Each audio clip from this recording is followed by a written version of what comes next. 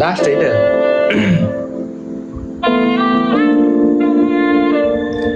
यो चाहिँ यामा बुद्धको महरको छवि है त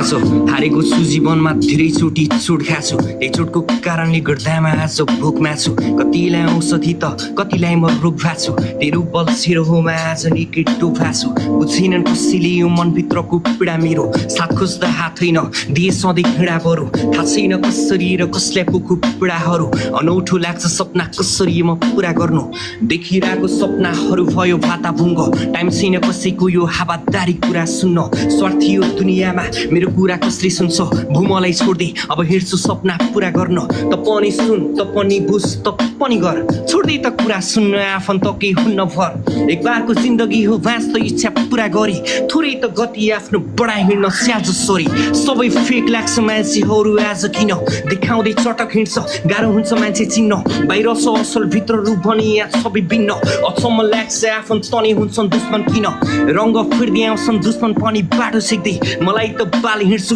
सिधा बाटो सरल टेक्दै छैन केही चिन्ता सफलताको बाटो पछ्याउने हो इच्छा पुरा गर्दै आफ्नो सादा जीवन सजाउने हो यो छैन मलाई कुनै लोभ लालच नसोच्नु सामान्य मान्छे म होइन कुनै बालक बढाए गति नेपको बाटोको हो म चालक देखाए रूप मैले पर्न सक्छ सबलाई आपत गर्दैछु ग्राइन्ड सिनमा पाइला चाल्दा आगो बल्छ सिंहको दाहार सुन्दा झारी ऱ्यापर दङ्ग पर्छ देखाए चटक हिँड्छ नसाके कुरो गर्छ बिटमा डिप शब्द लेख्नु पर्दा आँसु खस्छ ब्रो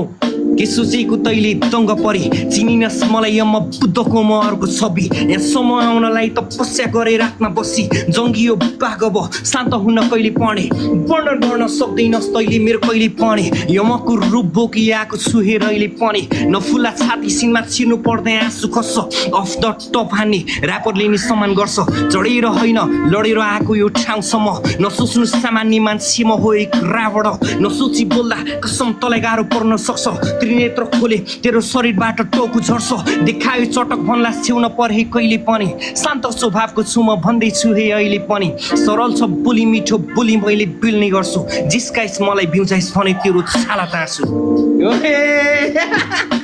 ल सटै सट यस्तो खुसी लागिरहेको छ